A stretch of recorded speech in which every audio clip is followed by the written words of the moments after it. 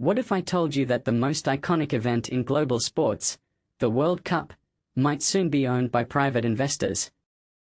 Not just any investors, but ones with ties to political power and billion-dollar empires.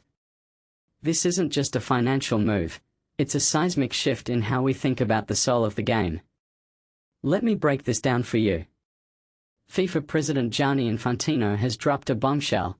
He's offering every member federation $20 million if they agree to let private investors own a chunk of the World Cup.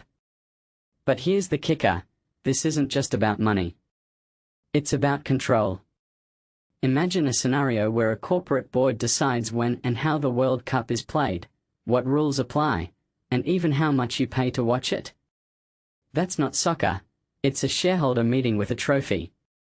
And yet, Infantino is pushing this like it's the most obvious solution to football's financial woes. Now, let's talk about the people behind this. Joshua Kushner, brother of Jared Kushner, is the anchor investor here. His firm, Thrive Capital, is no stranger to high-stakes deals. But what's fascinating is how this connects to Donald Trump. Infantino has had a bizarre dance with Trump's orbit, creating a peace prize awarded to him, letting Trump influence a red card decision for a US player, and now this. It's like FIFA is trying to build a bridge between sports and politics, but the question is, why? Is this about money, power, or something more insidious? Because when you start aligning with political figures, you're not just making allies, you're inviting scrutiny. Then there's UEFA, the European soccer powerhouse, which is livid. They're threatening to boycott FIFA events unless this plan is scrapped. And honestly, I get it. UEFA has always been the counterweight to FIFA's more chaotic ambitions. Think back to the failed European Super League, where even a hint of private ownership was enough to spark a revolt.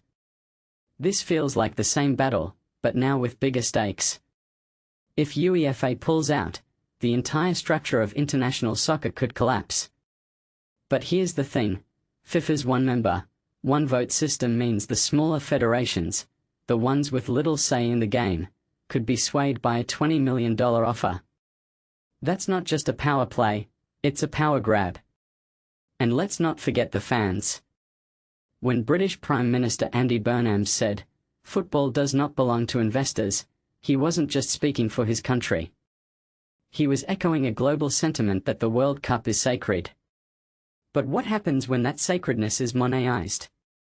More hydration breaks? Dynamic ticket pricing? Suddenly, the game becomes a product, not a passion. And that's the real danger here, not the money, but the erosion of what makes soccer special. Infantino's future is also on the line. He's been eyeing a CEO role at a FIFA subsidiary, which would give him even more control. But if this plan backfires, his legacy could be defined by this moment. The deadline is September 19th, and the clock is ticking.